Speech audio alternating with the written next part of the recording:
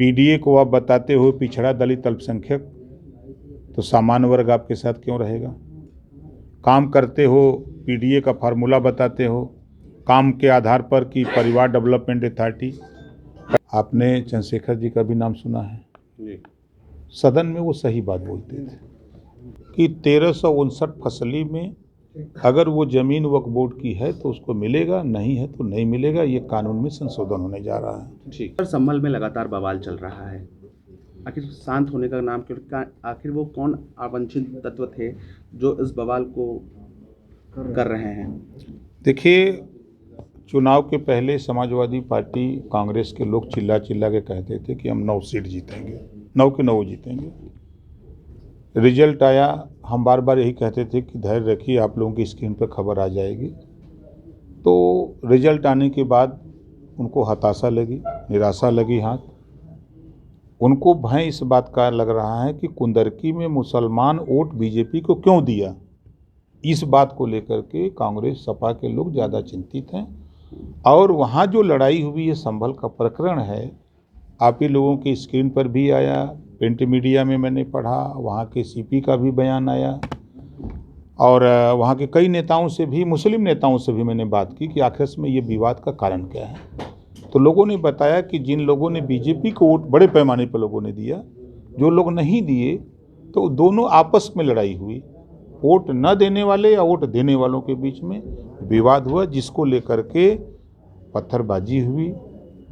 उसमें कुछ लोगों के पास कट्टे जो दिखाई दे रहा है, कट्टे लेके कट्टा चला, उसमें घटनाएं हुई हैं। अब विपक्ष के पास कोई मुद्दा नहीं है कि जो विपक्ष है उसको बोल सके, तो इसी तरह इसको हवा दे रहे हैं। अगर विपक्ष देश में एकता चाहता है, भाईचारा चाहता है, शांति चाहता है, तो फिर उस सही बात को बताना चाहिए ना। लेकिन अभी तक तो एक ईंट हाथ में उठाने पे लोगों को डर लगता था कि बुलडोजर चल जाएगा। क्या बुलडोजर का डर खत्म हो गया क्या? नहीं, बुलडोजर का डर खत्म नहीं, मैं फिर कह रहा हूँ कि आपस की लड़ाई में ऐसा हुआ है। सर, लेकिन सपा सांसद राम गोपाल जी कह रहे हैं कि पूरे शहर को भुतहा बना दिया गया है। जब उनकी सरकार थी तो 815 दंगे हुए थे, तो उस समय भुतहा नहीं बने थे जहाँ जहाँ दंगे हुए थे, भूल गए? 1300 लगभग जन की हानि हुई थी। और जिस कांग्रेस के साथ हैं वो कांग्रेस संविधान को नहीं माना, इमरजेंसी लगाया, लाखों लोगों को जेल में डाल दिया, पत्रकारों को जेल में डाल दिया, बोलने की इजाज़त नहीं थी, भूल गए लोग। सर, अब चुनावें हुई, रिजल्ट भी आ गया, फिर वही ईवीएम। हम चुनाव के पहले क्या कहे थे? ये 9 को जीत रहे हैं, 9 को जीत रहे हैं, चुनाव के बाद यही कहेंगे कि ईवीएम गड़बड़ा दिया। ईवीएम अगर गड़बड़ है तो करहल क्यों जीते, शीशा मऊ क्यों जीते? 9 नहीं हम जीत लेते हैं।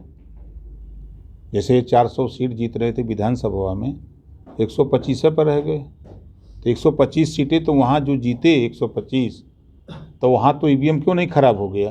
वो उसको भी तो खराब हो जाना चाहिए था। 403 की 403 सीट ये जीत लेते।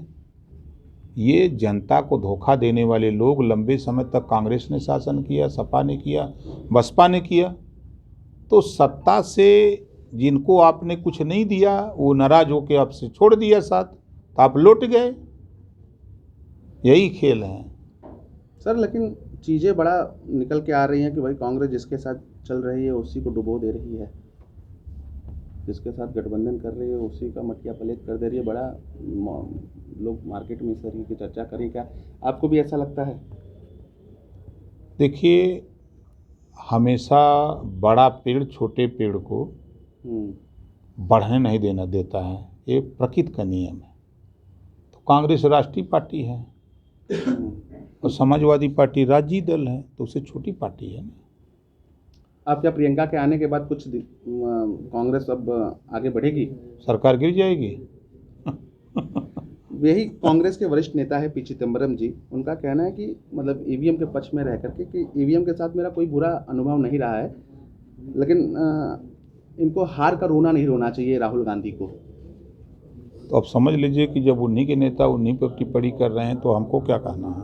अच्छा ओम प्रकाश जी, आपने कहा कि 27 में चुनाव ही नहीं होगा, वन नेशन वन इलेक्शन के आधार पर। समाजवादी पार्टी की तरफ से जो उनके सबसे बड़े नेता हैं अखिलेश यादव, उन्होंने उद्घोष किया है कि अरे ये जो हुआ है, जो बेईमानी हुई है, उससे सबक लीजिए और बड़ी ताकत के साथ जमीन पर तैयारी करिए अपने कार्यकर्ताओं का।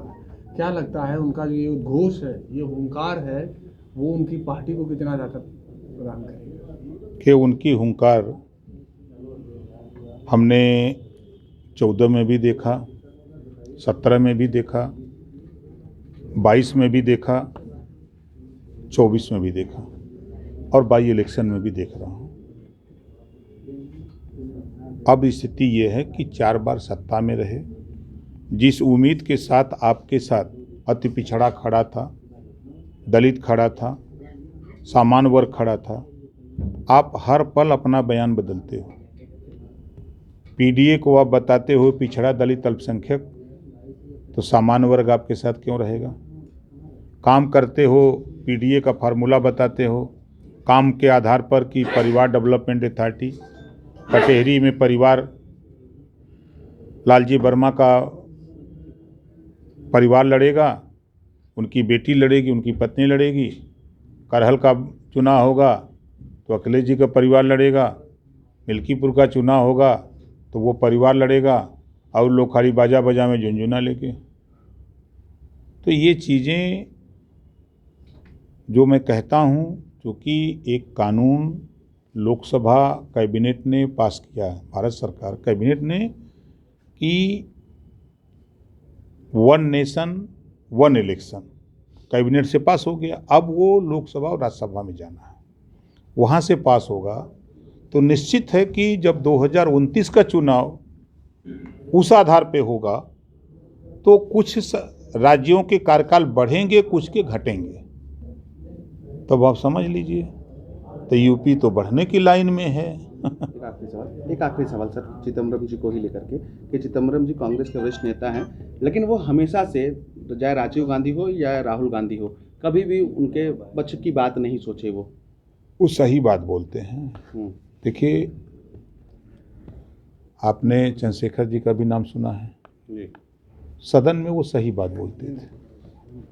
तो उसी तरह कुछ ऐसे नेता हैं जो सही बात को सही कहते हैं, गलत को गलत कहते हैं। सर, यूपी कॉलेज आप जान रहे हैं, अभी वर्क बोर्ड ने 2018 में एक लेटर नोटिस भेजा है कि पूरा यूपी कॉलेज वर्क बोर्ड का है।